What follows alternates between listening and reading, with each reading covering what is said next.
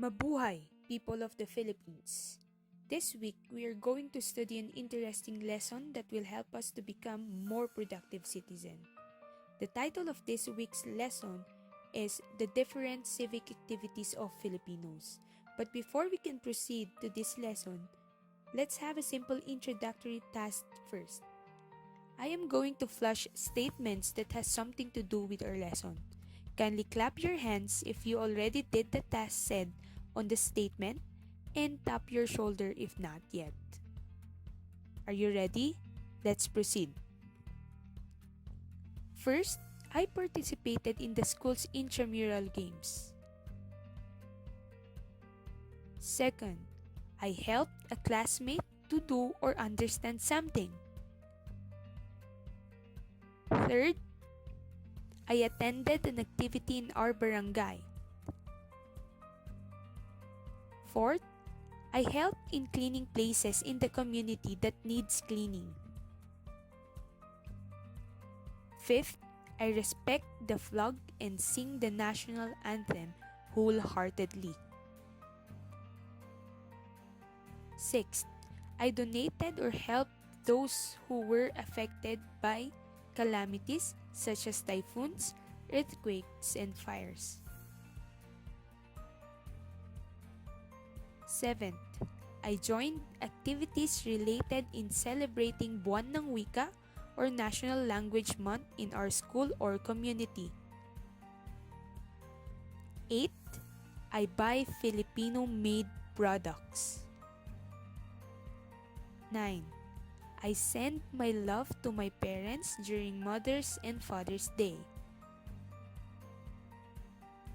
And finally, I line up in the canteen whenever I want to buy something.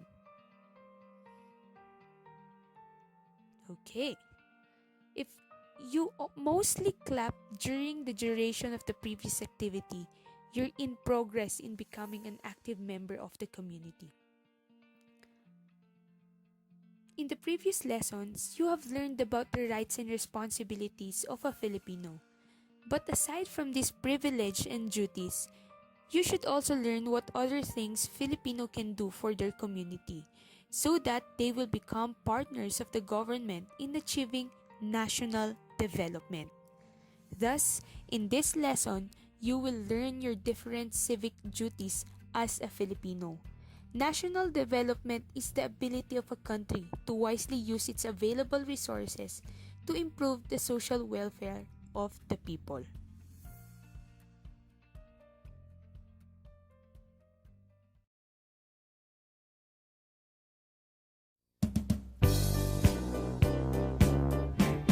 Dito sa bayan ni Juan, may isang kaugalian.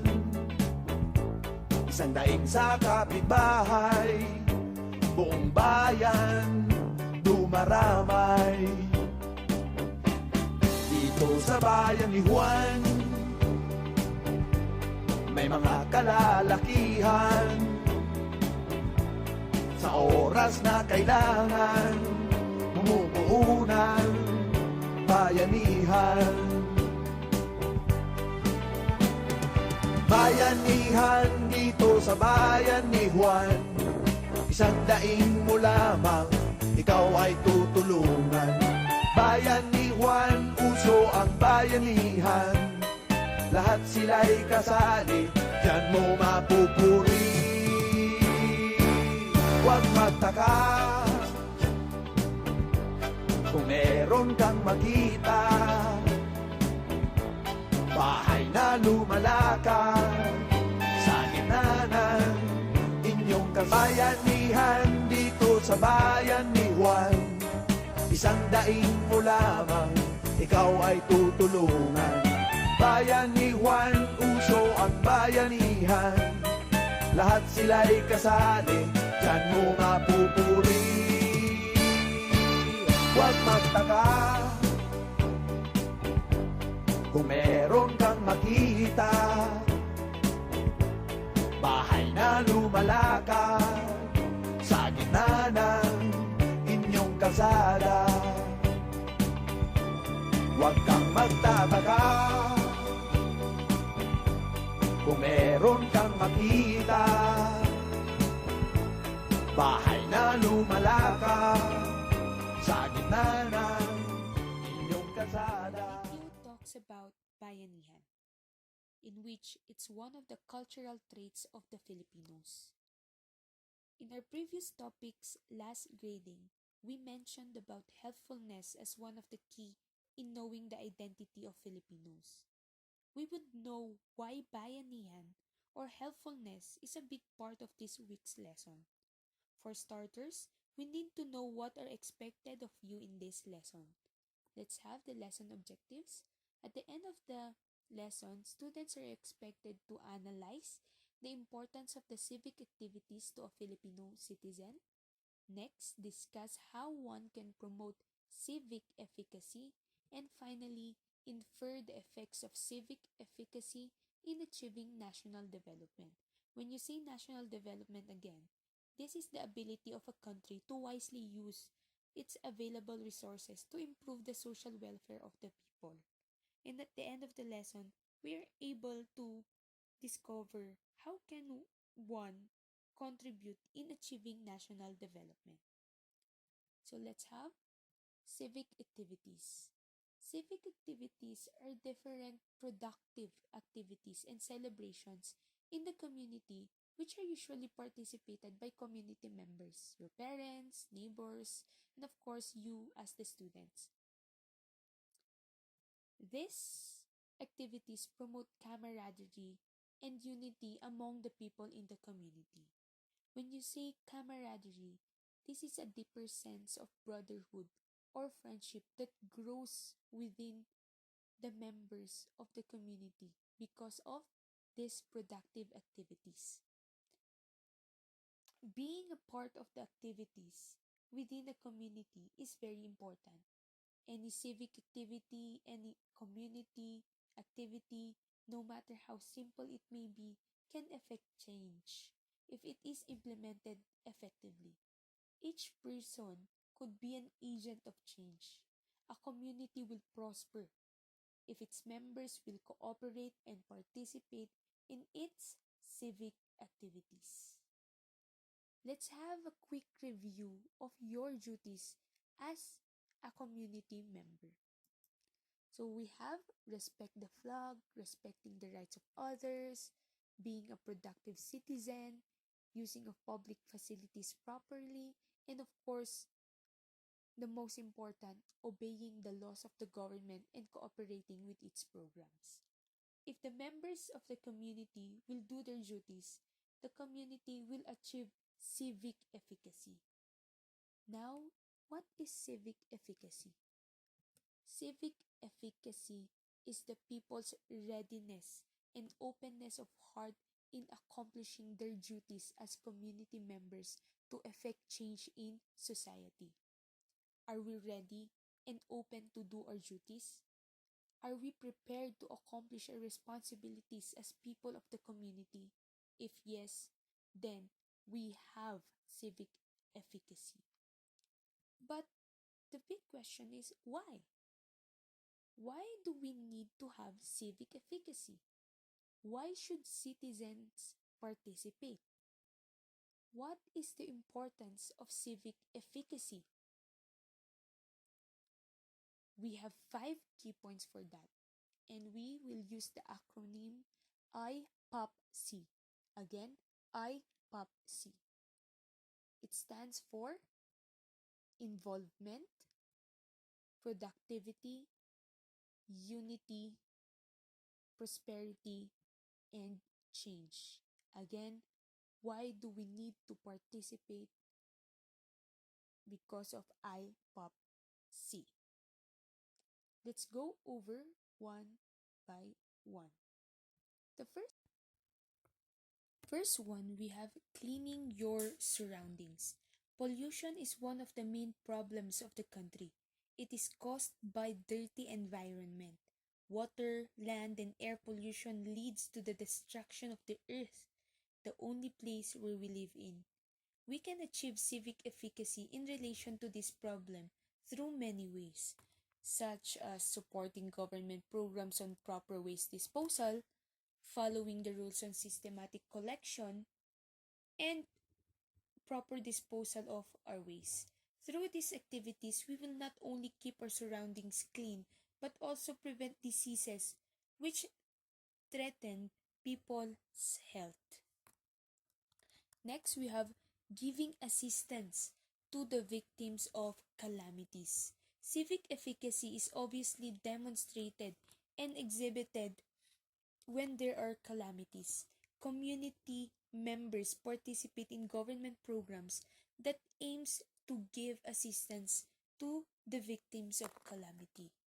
Youth volunteers become part of relief operation committees, fix evacuation centers for the victims. Some donates financial assistance, and the others. Next, we have obeying the laws of the country. The country needs law-abiding citizens to achieve peace and order and national development. Following traffic rules and regulations, using the pedestrian lanes, following the number coding scheme, prohibiting the use of plastic materials and styrofoam, smoking in public places are not allowed. Our laws could be implemented justly and effectively if all of us would cooperate with our government officials and law enforcers by obeying laws. Also, people need to abide by the ordinances or laws of the local government. We should also report untoward incident or crime to the proper authorities for prompt response and actions. Next, patronizing Filipino products. Patronizing local products shows civic efficacy. Patronizing our own products is one way of contributing to the development of the country. Through this, we promote our country. We develop a deeper sense of nationalism within ourselves, the love of the country. We help in boosting the country's economy through strengthening our local industries and help generating more job opportunities for all Filipinos. Patronizing our own products also decreases importation of foreign goods, thus saving our dollar reserves for more worthwhile endeavors. When we buy our own products, we also show love and concern for our country and our fellow men. We also preserve and promote our culture and national identity, and this somehow instills in us pride in being a Filipino. Our products are world class. We just need to promote them, to patronize them. So why not buy and promote them? We do not lag behind. In fact, in export industries, we export shoes from Marikina, rice, canned tuna from General Santos cities, and electronic products everywhere. And lastly, participating in civic celebrations. Yearly celebrations of occasions with civic, social, and historical importance reminds the Filipinos to value people who played a vital role in history. In Philippines, we have many celebrations. We value United Nations Day, Valentine's Day, World Teachers Day, Buwan ng Wika or National Language Month, Fire Prevention Month. We also have Grandparents' Day, Mother's Day, Father's Day, Family Week, Rizal Day, Bonifacio Day, and other civic celebrations that reminds us of the value of this in history. It opened doors for unity and camaraderie among the members of the community. Again, when we talk about civic efficacy, are we ready to do our duty? Are we ready to open our heart to do our responsibilities as Filipinos? Why do we need to have civic efficacy? I pop C. I, be involved. P, productivity.